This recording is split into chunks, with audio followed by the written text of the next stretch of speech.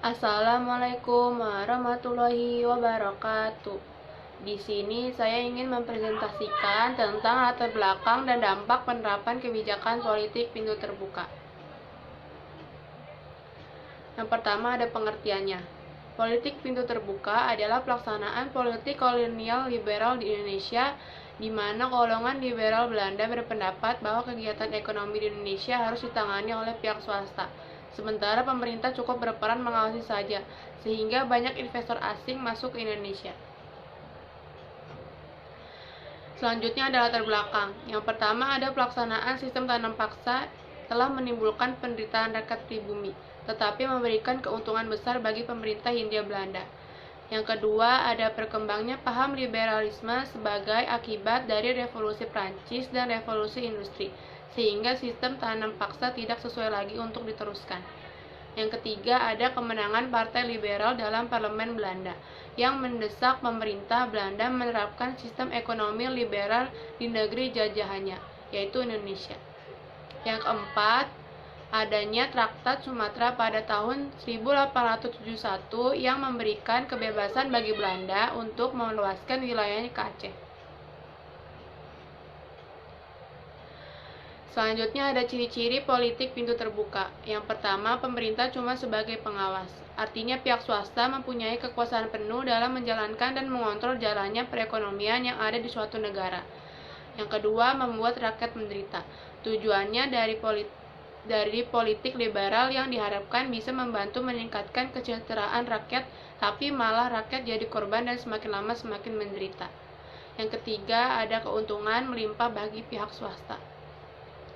Pihak swasta yang nanti akan dapat keuntungan yang melimpah ruah, di mana mereka memperoleh keuntungan tersebut dari hasil perkebunan yang ada di Indonesia.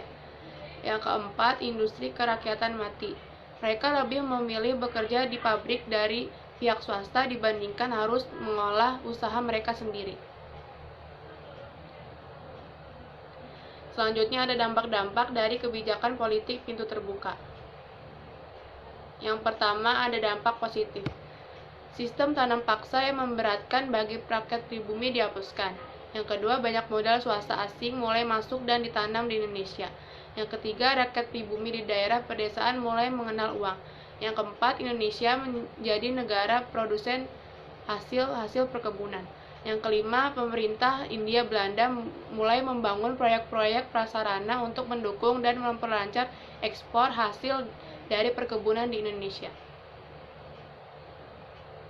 Selanjutnya ada dampak negatif. Yang pertama, tingkat kesejahteraan penduduk menurun. Yang kedua, terjadi krisis perkebunan pada tahun 1855 karena jatuhnya harga kopi dan gula.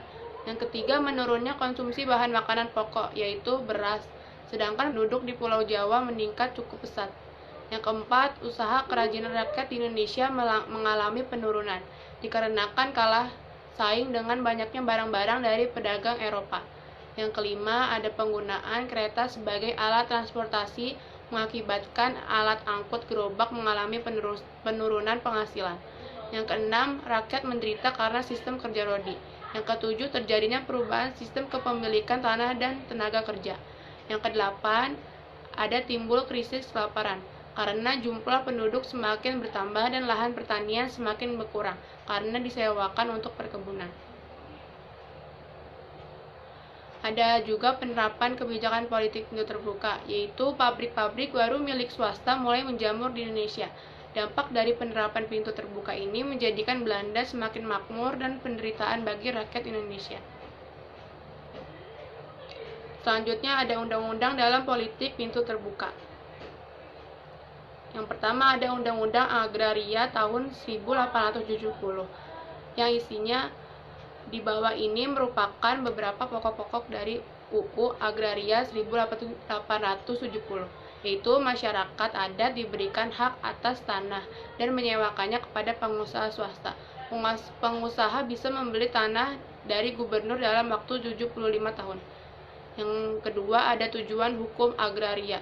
Yang pertama, memberikan kesempatan dan jaminan pada swasta asing buat membuka usaha dalam bidang perkebunan di Indonesia. Yang kedua, ada melindungi hak atas tanah penduduk supaya tidak hilang atau dijual. Yang kedua ada Undang-Undang Gula atau bisa disebut juga Squirewet. Isi Undang-Undang Gula atau Squirewet yaitu perusahaan-perusahaan gula milik pemerintah akan dihapuskan secara bertahap. Pada tahun 1891, semua perusahaan gula milik pemerintah harus sudah diambil alih oleh swasta.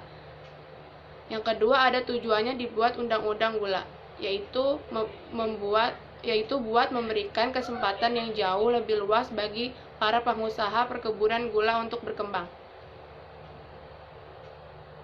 Sekian penjelasan dari saya, kurang lebihnya mohon maaf.